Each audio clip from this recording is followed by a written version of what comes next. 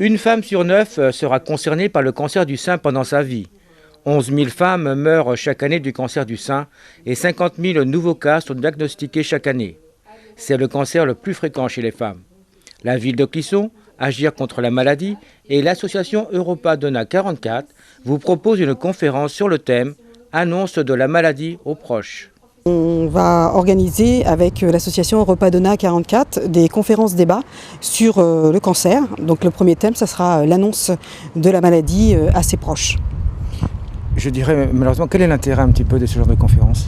L'intérêt, c'est très très important parce que quand vous êtes confronté à une maladie, quelle qu'elle soit, donc là on parle du cancer, qui est quand même une maladie lourde, qui fait très peur. Je pense qu'il était très très important que dans le vignoble, dans le Sud-Loire, on puisse avoir ce type de débat pour pouvoir échanger entre malades, entre familles, entre personnes qui ont été touchées ou qui risquent d'être touchées, parce qu'il ne faut pas l'oublier, une femme sur 9 est touchée d'un cancer du sein. Donc là, on va parler du cancer du sein, qui est le cancer qui touche le plus de femmes. Et pour moi, il était important, parce qu'il y a des choses qui se font à Nantes, des choses qui se font en Nord-Loire, c'est super, mais il faut aussi maintenant qu'on pense au Sud-Loire, parce que les gens atteints de ces pathologies, c'est déjà lourd, c'est fatigant, et d'avoir un point ici où on va pouvoir en discuter, c'était très important pour moi. Il ne faut malheureusement pas oublier les hommes aussi. Il ne faut pas oublier les hommes, c'est ce qu'on viendra petit à petit, on ira un peu plus loin parce qu'il y a le cancer de la prostate, donc ce n'est pas le sujet là, mais j'ai envie de dire un petit peu quand même, parce que c'est la maladie cancéreuse. Donc la prostate, le cancer du sein, il y a beaucoup de pathologies cancéreuses qui font peur. Le mot fait peur, cancer. Donc cette conférence est ouverte à tous, les femmes, les hommes, les malades, les non-malades, les accompagnants, parce que c'est extrêmement important. Comment est-ce qu'on parle en tant que malade? Comment est-ce qu'on annonce la maladie? Comment est-ce qu'en tant qu'accompagnant, on parle de la maladie avec la personne qui est malade? Comment on peut l'approcher? Donc il y a plein de choses. Le travail, les collègues, comment on annonce la maladie? C'est très compliqué, c'est un mot qui fait peur, je le dis, mais il ne faut pas en avoir peur. Il faut vraiment aujourd'hui trouver ces petits moments de conférence-débat, peut-être d'autres ateliers qu'on mettra en place dans le futur, mais pouvoir en discuter, pouvoir en parler. On sachant que maintenant on peut se battre contre la maladie. Oui, on peut se battre contre la maladie. Alors vous faites peut-être une petite allusion avec Agir contre la maladie, qui s'investit aussi dans cette conférence, qui soutient et qui soutiendra. Nous sommes en réflexion au niveau du bureau. Nous soutiendrons toutes les actions que nous pourrons mettre en place sur Clisson pour le vignoble. Alors ça peut être de l'onco-esthéticienne, ça peut être des cafés avec Europa Donna, ça peut être des soins esthétiques, exemple tout bête, mais beaucoup de femmes dans les traitements perdent leurs cheveux, comment mettre un turban, et puis bon, je vous en donnerai un peu plus, mais je pense qu'au mois d'octobre, avec une très grosse conférence qu'on fera avec Europa Donna, on pourra vous parler de tout ce qui pourra se passer sur le vignoble. Et je peux vous assurer qu'Agir est à les manches retroussées pour pouvoir faire quelque chose. Alors, est-ce que vous pouvez me présenter votre association? Oui, alors donc Europa Donna, c'est une coalition européenne sur 47 pays en Europe et qui a une représentation en France, qui a ensuite délégué dans 15 délégations dans les différents départements. Et donc nous en avons une récemment en Loire-Atlantique que j'ai l'honneur de présider. Et quel est donc votre rôle?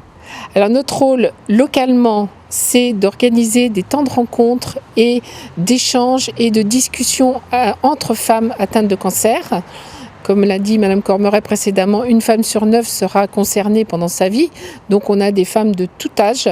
Et on organise des temps, des cafés Donna, qui sont des espaces où on peut discuter, des balades qui sont importantes, marcher, bouger, c'est important en période de soins, mais aussi dans la prévention des cancers, éviter les récidives.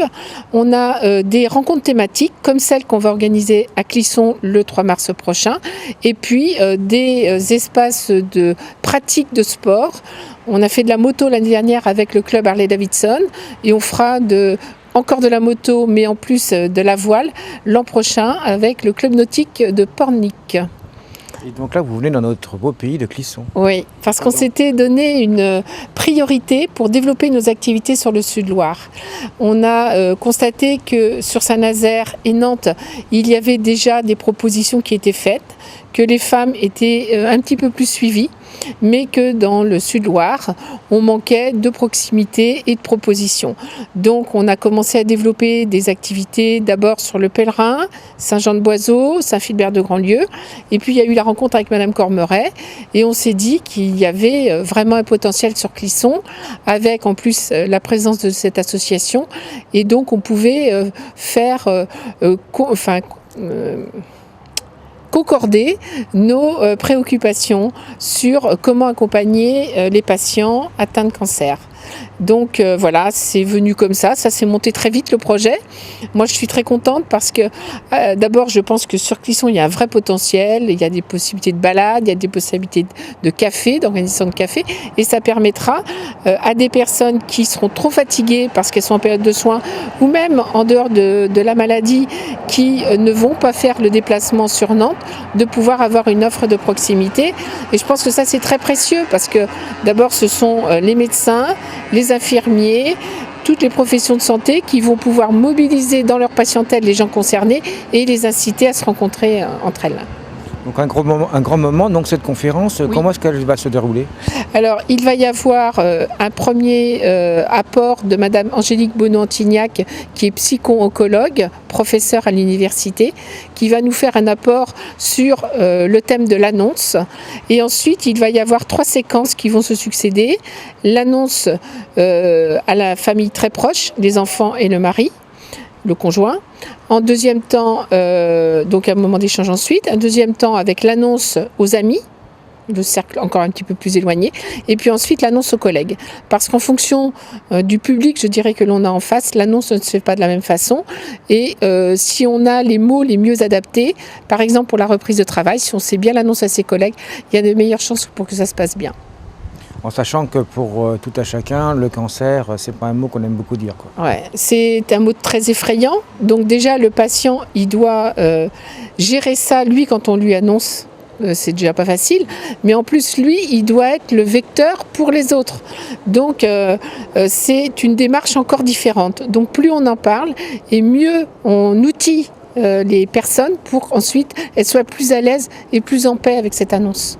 Je pense également à une conférence qui est importante pour les gens qui ne sont pas atteints de cancer, mais également pour les autres qui ont éventuellement des proches qui sont eux atteints de cancer. Effectivement, parce que je pense que ça va aussi dédramatiser.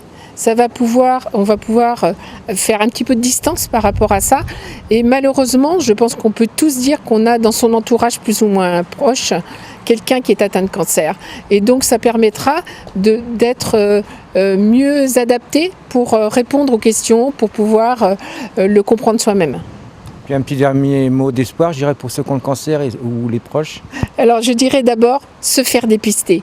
C'est le mot de la fin, parce que être bien dépisté pour quelque maladie que ce soit, plus on le fait en amont, mieux on est suivi par son médecin, plus on va faire les analyses qu'il nous demande, et plus on a de chance, même si on a atteint un cancer, de pouvoir en guérir et de pouvoir être bien soigné.